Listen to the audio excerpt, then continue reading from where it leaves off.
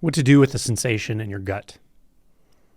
I'll use the term contraction, but people will often describe it in different ways.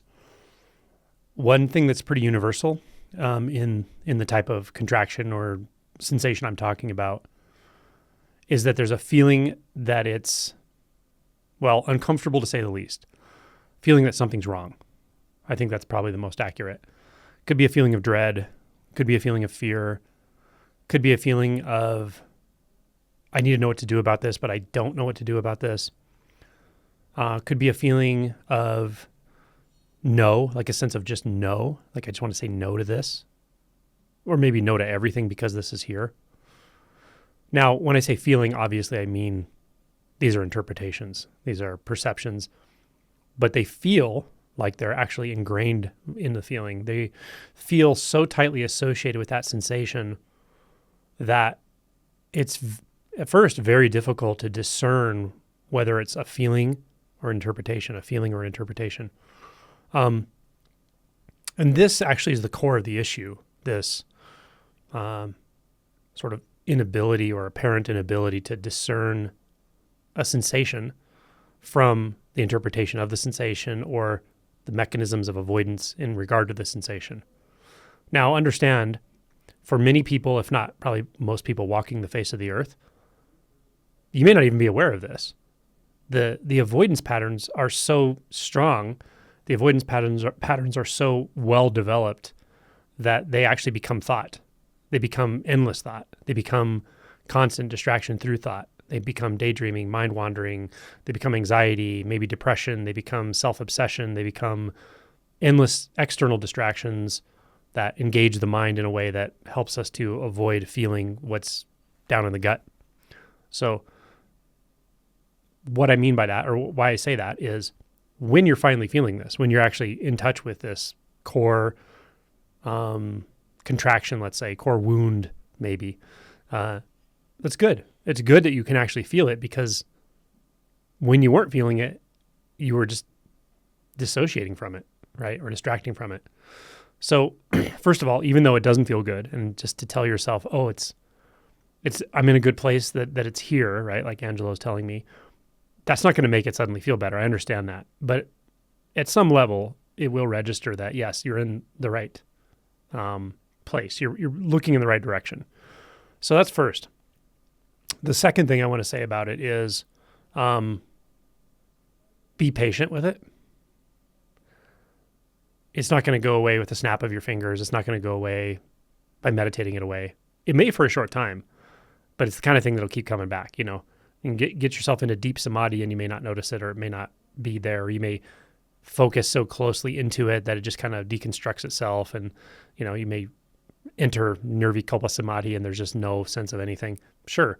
And then when you come back out of it, get up, start moving around, interacting with people, it's there again, right? That's very typical. So be patient. It's not going to just go away overnight, and probably not just suddenly disappear. Although it could, it probably won't. Take some time. And number 3 is kind of the opposite, in that you can deal with this definitively. You can live without it. But most of the ways we try to live without it are exactly the problem, right? Most, if not almost all of the approaches we'll take with this are some form of believing it shouldn't be there. So this is slippery business when I'm talking about this, because everything I say could sound like a remedy. And that feeds into the fundamental misperception that it shouldn't be here, that there's a problem here, that this needs to go away, that I want to say no to it. Do you see that? So there's a bit of a catch-22, although the catch-22 is at the level of thought and belief. It's not at the level of feeling. At sensation level, there's just no problem.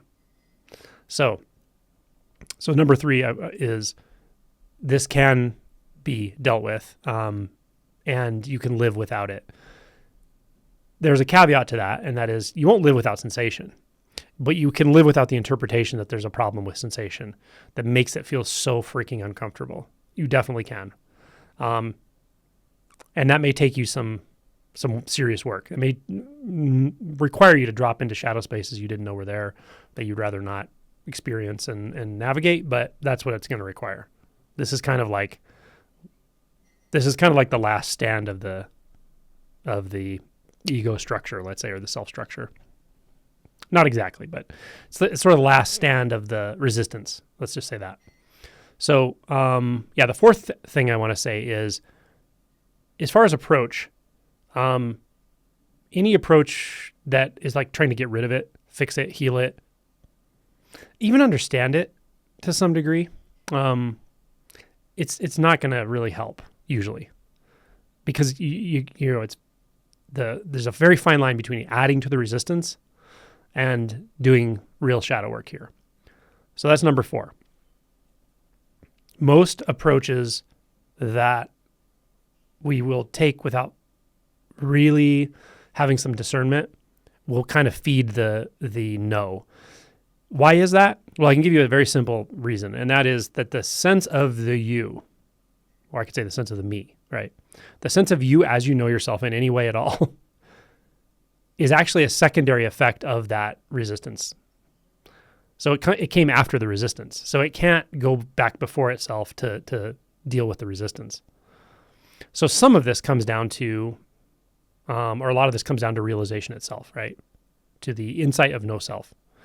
But this is also why the insight of no self does not stop the resistance immediately.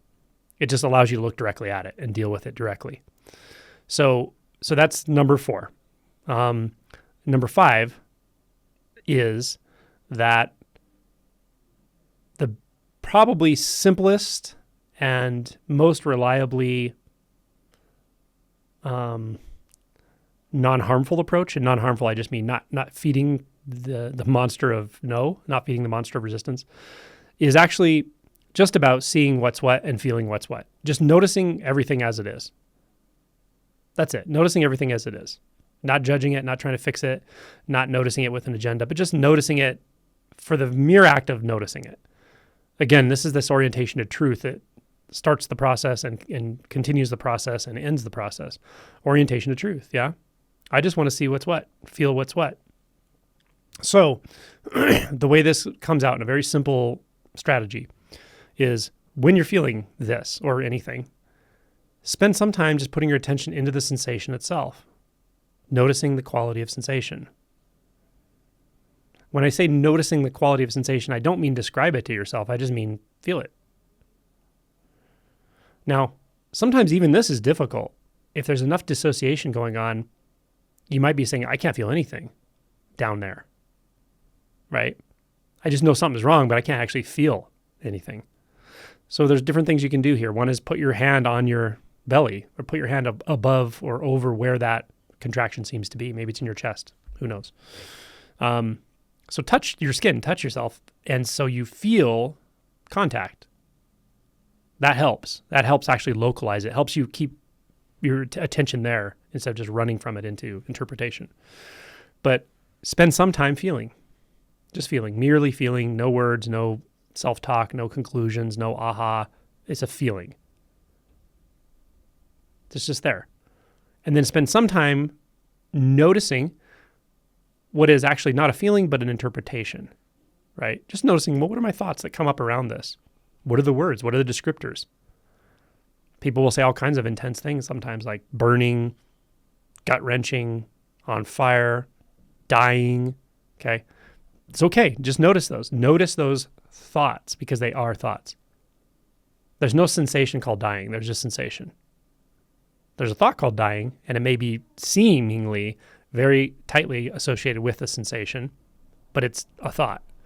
So whatever yours are yours, and that's fine. Just notice what they are. Don't try to change them. Don't try to control them. They're thoughts. Notice if the thought says, got to do something. Got to get away from this. Or the thought says, oh, I need to go shopping. I need to go eat. Distracting thoughts, aversion thoughts, desire thoughts. Just notice the thoughts surrounding this.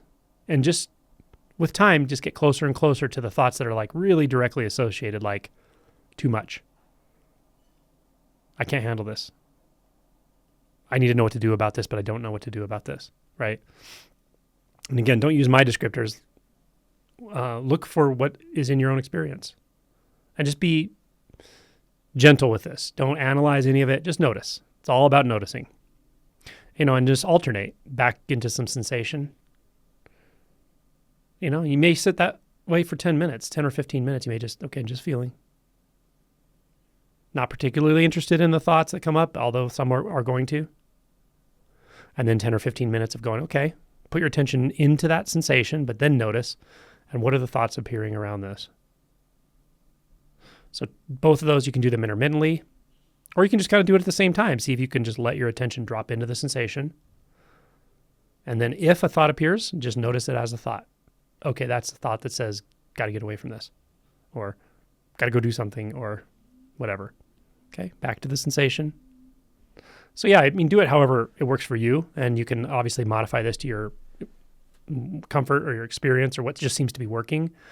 And then the sixth thing I want to say is, well, it's related to one of the earlier ones, be patient. But the sixth thing I want to say is, you may not notice anything really happening for a while.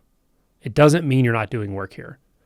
If you're spending any time feeling this, any time in the sensation, a few seconds, that's valuable. If you're spending any time noticing, like, especially new beliefs you have about this that you hadn't seen before that says, oh my God, this is going to kill me, right? Or even images of like childhood or something, right? You may find these images or beliefs of a child, thoughts of a child. You may find this stuff, but that's valuable just to discover that once, just to see it, notice it.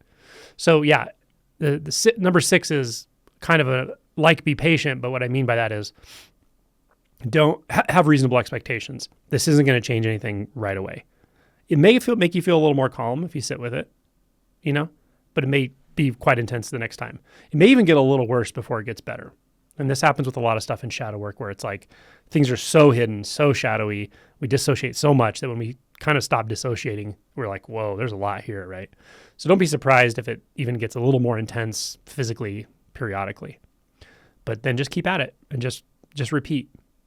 The only thing else I want to add is to number 5 is when we're looking at thoughts arising or thoughts associated with that, even if it feels like it's in the sensation, also look for labels, just simple one-word labels like intense, okay, pain, contraction, anything. Just notice whatever spontaneously comes for us. And that's all I got for you for the moment.